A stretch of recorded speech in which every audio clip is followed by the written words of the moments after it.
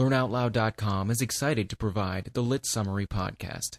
Each episode contains an abbreviated yet complete audio summary of a classic book in Western literature.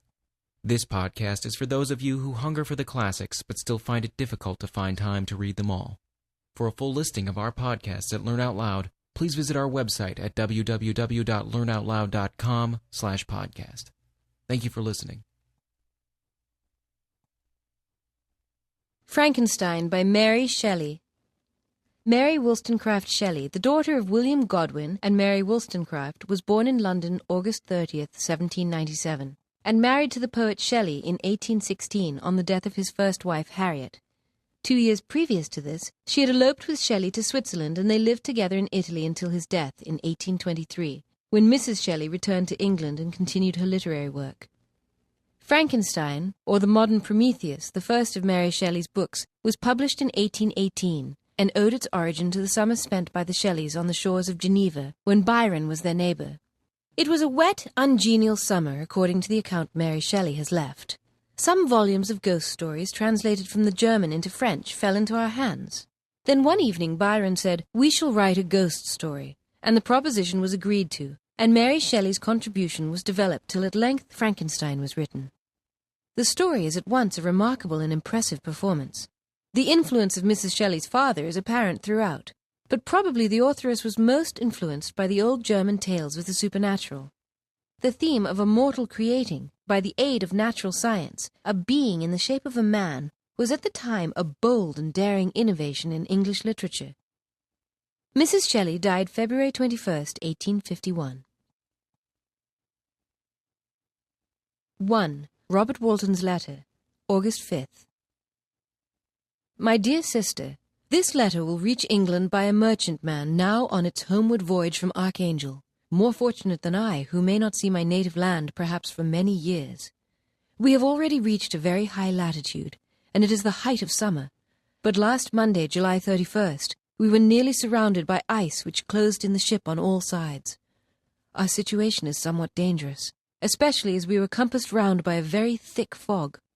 About 2 o'clock the mist cleared away, and we beheld in every direction vast and irregular plains of ice. A strange sight suddenly attracted our attention. We perceived a low carriage, fixed on a sledge and drawn by dogs, pass on towards the north.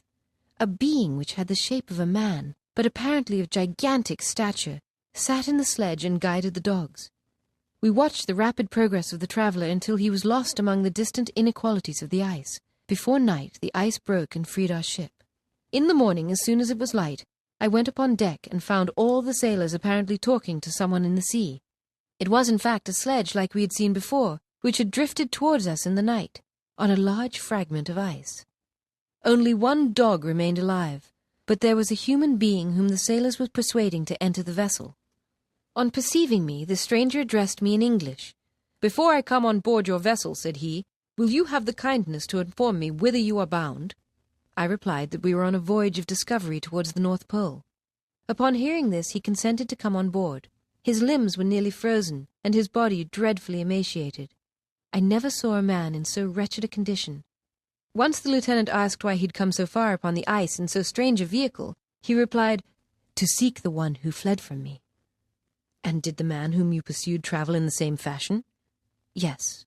"Then I fancy we have seen him, for the day before we picked you up, we saw some dogs drawing a sledge with a man in it across the ice." From this time a new spirit of life animated the decaying frame of the stranger. He manifested the greatest eagerness to be upon deck, to watch for the sledge which had before appeared. August 17th. Yesterday the stranger said to me, "You may easily perceive, Captain Walton, that I have suffered great and unparalleled misfortunes. My fate is nearly fulfilled. I wait but for one event, and then I shall repose in peace. Listen to my history, and you shall perceive how irrevocably my destiny is determined." 2. Frankenstein's story. I am by birth a Genovese, and my family is one of the most distinguished of that republic.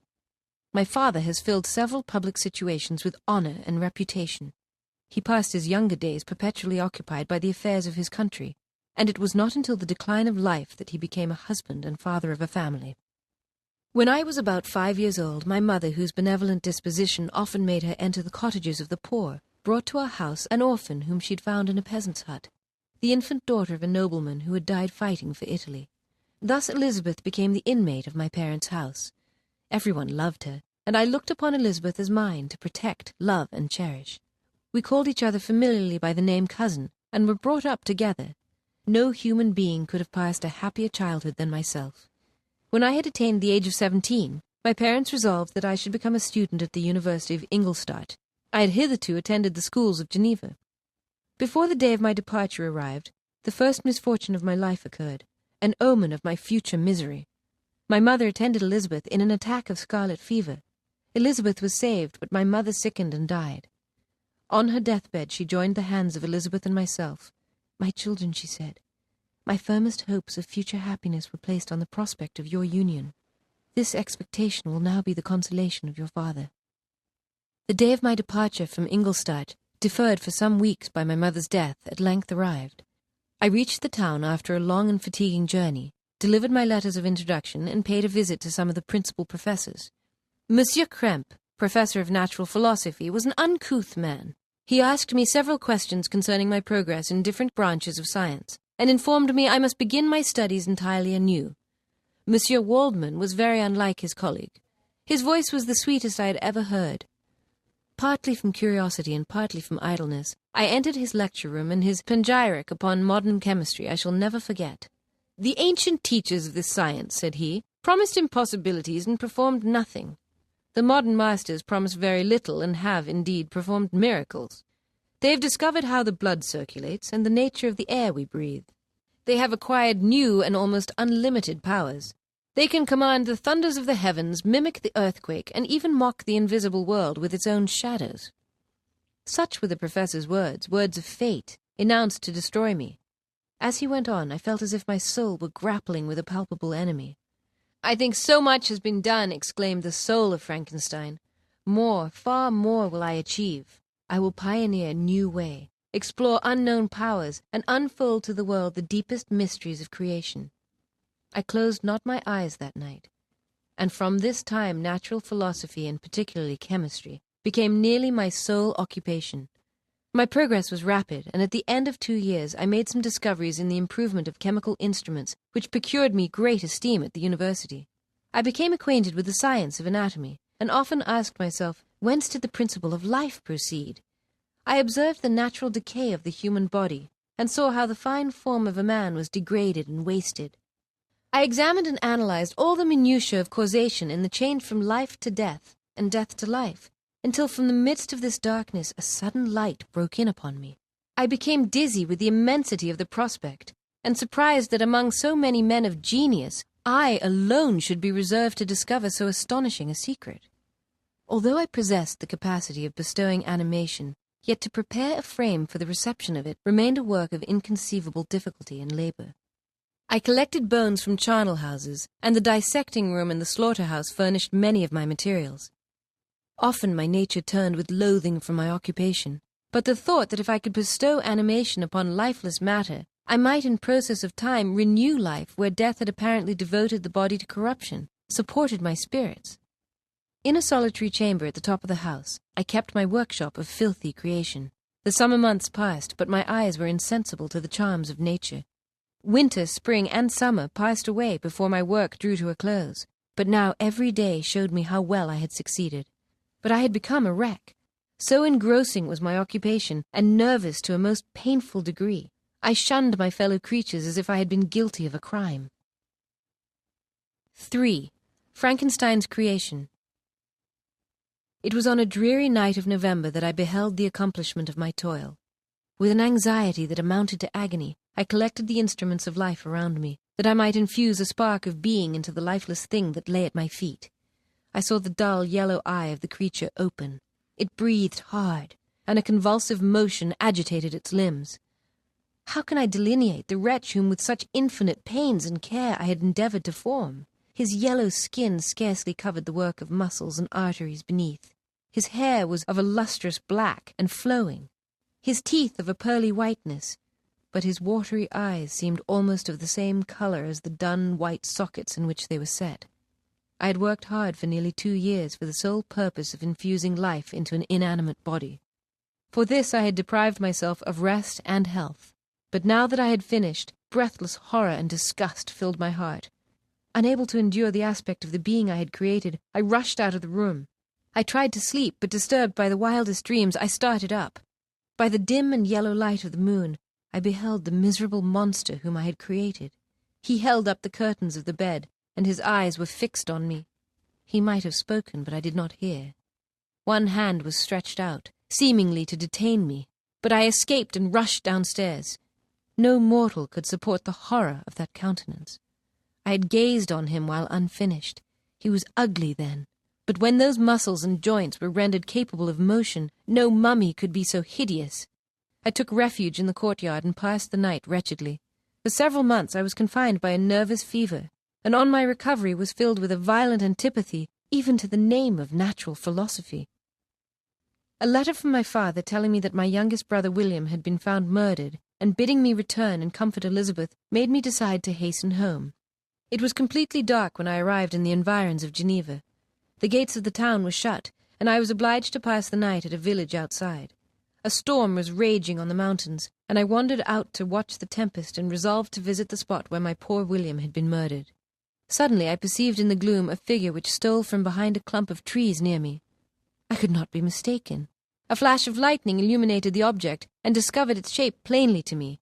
Its gigantic stature and the deformity of its aspect, more hideous than belongs to humanity, instantly informed me that it was the wretch to whom I had given life. What did he there? Could he be the murderer of my brother?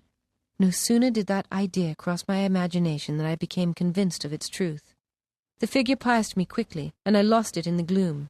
I thought of pursuing, but it would have been in vain, for another flash discovered him to me hanging among the rocks, and he soon reached the summit and disappeared. It was about 5 in the morning when I entered my father's house.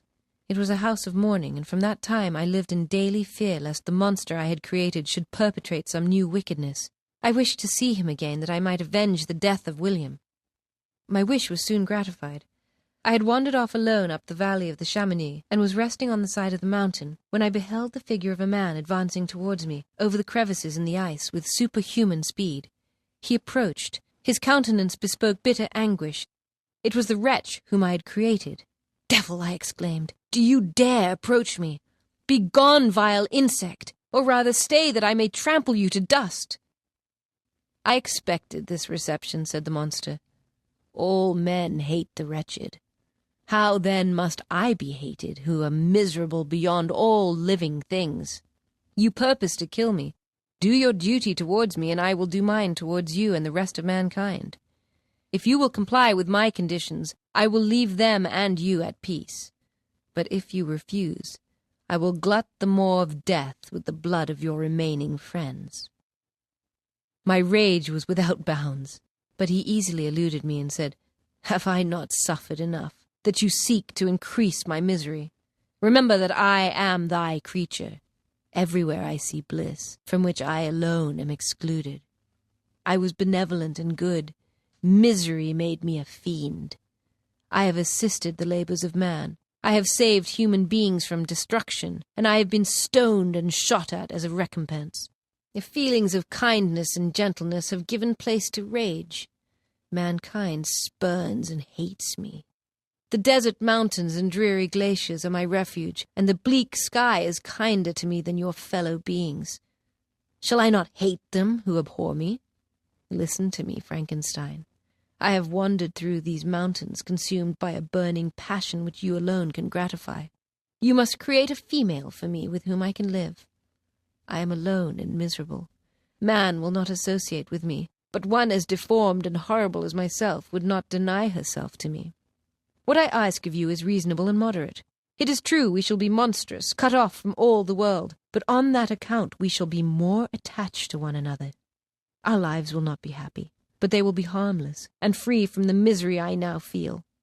If you consent, neither you nor any other human being shall ever see us again. I will go to the vast wilds of South America. We shall make our bed of dried leaves. The sun will shine on us as on man, and will ripen our foods. My evil passion will have fled, for I shall meet with sympathy.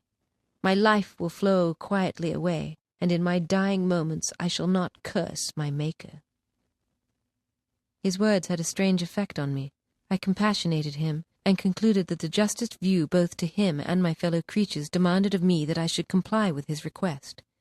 "I consent to your demand," I said, "on your solemn oath to quit Europe forever." "I swear," he cried, "by the sun and by the fire of love which burns in my heart, that if you grant my prayer, while they exist you shall never behold me again. Depart to your home and commence your labors. I shall watch their progress with unutterable anxiety." Saying this, he suddenly quitted me, fearful perhaps of any change in my sentiments. 4. The Doom of Frankenstein. I travelled to England with my friend Henry Clerval, and we parted in Scotland. I had fixed on one of the remotest of the Orkneys as the scene of my labours. 3 years before I was engaged in the same manner, and had created a fiend whose barbarity had desolated my heart. I was now about to form another being, of whose dispositions I was alike ignorant. He had sworn to quit the neighbourhood of man, and hide himself in deserts, but she had not. They might even hate each other, and she might quit him. Even if they were to leave Europe, a race of devils would be propagated upon the earth, who might make the very existence of man precarious and full of terror. I was alone on a solitary island, when looking up, the monster, whom I dreaded, appeared. My mind was made up. I would never create another like him. "Begone," I cried. "I break my promise. Never will I create your equal in deformity and wickedness. Leave me. I am inexorable." The monster saw my determination in my face, and gnashed his teeth in anger. "Shall each man," cried he, "find a wife for his bosom, and each beast have his mate, and I be alone? I had feelings of affection, and they were requited by detestation and scorn. Are you to be happy while I grovel in the intensity of my wretchedness? I go, but remember I shall be with you on your wedding night." I started forward, but he quitted the house with precipitation. In a few moments I saw him in his boat, which shot across the waters with an arrowy swiftness. The next day I set off to rejoin Clerval and return home, but I never saw my friend again. The monster murdered him, and for a time I lay in prison on suspicion of the crime. On my release, one duty remained to me. It was necessary that I should hasten without delay to Geneva, there to watch over the lives of those I loved, and to lie in wait for the murderer. Soon after my arrival, my father spoke of my long-contemplated marriage with Elizabeth. I remembered the fiend's words, "I shall be with you on your wedding night." And if I had thought what might be the devilish intention of my adversary, I would never have consented. But thinking it was only my own death I was preparing, I agreed with a cheerful countenance. Elizabeth seemed happy, and I was tranquil. In the meantime I took every precaution, carrying pistols and dagger, lest the fiend should openly attack me. After the ceremony was performed, a large party assembled at my father's. It was agreed that Elizabeth and I should proceed immediately to the shores of Lake Como. That night we stopped at an inn. I reflected how fearful a combat, which I had momentarily expected, would be to my wife, and earnestly entreated her to retire. She left me, and I walked up and down the passages of the house, inspecting every corner that might afford a retreat to my adversary. Suddenly I heard a shrill and dreadful scream. It came from the room into which Elizabeth had retired. I rushed in. There, lifeless and inanimate, thrown across the bed, her head hanging down and her pale and distorted features half covered with her hair, was the purest creature on earth. My love, my wife, so lately living and so dear. And at the open window I saw a figure the most hideous and abhorred. A grin was on the face of the monster, as with his fiendish finger he pointed towards the corpse. Drawing a pistol, I fired, but he eluded me, and running with the swiftness of lightning, plunged into the lake. The report of the pistol brought a crowd into the room. I pointed to the spot where he had disappeared, and we followed the track with boats. Nets were cast, but in vain. On my return to Geneva, my father sank under the tidings I bore. For Elizabeth had been to him more than a daughter, and in a few days he died in my arms. Then I decided to tell my story to a criminal judge in the town, and beseech him to assert his whole authority for the apprehension of the murderer. This Genevan magistrate endeavoured to soothe me as a nurse does a child, and treated my tale as the effects of delirium. I broke from the house angry and disturbed, and soon quitted Geneva, hurried away by fury. Revenge has kept me alive. I dared not die and leave my adversary in being. For many months this has been my task. Guided by a slight clue, I followed the windings of the Rhone, but vainly. the blue Mediterranean appeared, and by a strange chance I saw the fiend hide himself in a vessel bound for the Black Sea. Amidst the wiles of Tartary and Russia, although he still evaded me, I have ever followed in his track. Sometimes he left himself some mark to guide me. The snows descended on my head, and I saw the print of his huge step on the white plain. My life, as it passed thus, was indeed hateful to me, and it was during sleep alone that I could taste joy. As I still pursued my journey to the northward, the snows thickened, and the cold increased in the degree almost too severe to support. I found the fiend had pursued his journey across the frost-bound sea in a direction that led to no land, and exchanging my land sledge for one fashioned for the frozen ocean, I followed him. I cannot guess how many days have passed since then. I was about to sink under the accumulation of distress when you took me on board, but I had determined, if you were going southward, still to trust myself to the mercy of the seas rather than abandon my purpose, for my task is unfulfilled. 5. Walton's letter continued. A week has passed away while I have listened to the strangest tale that ever imagination formed. The only joy that Frankenstein can now know will be when he composes his shattered spirit to peace and death. September 12th. I am returning to England. I have lost my hopes of utility and glory. September 9th, the ice began to move, and we were in the most imminent peril. I had promised the sailors that should a passage open to the south, I would not continue my voyage, but would instantly direct my course southward. On the 11th, a breeze sprung from the west, and the passage towards the south became perfectly free. Frankenstein bade me farewell when he heard my decision, and died pressing my hand. At midnight I heard the sound of a hoarse human voice in the cabin where the remains of Frankenstein were lying. I entered, and there over the body hung a form gigantic but uncouth and distorted, and with a face of appalling hideousness. The monster uttered wild and incoherent self-reproaches. "He is dead who called me into being," he cried, "and the remembrance of us both will speedily vanish. Soon I shall die, and what I now feel be no longer felt." He sprang from the cabin window as he said this upon the ice raft which lay close to the vessel, and was borne away by the waves and lost in darkness and distance.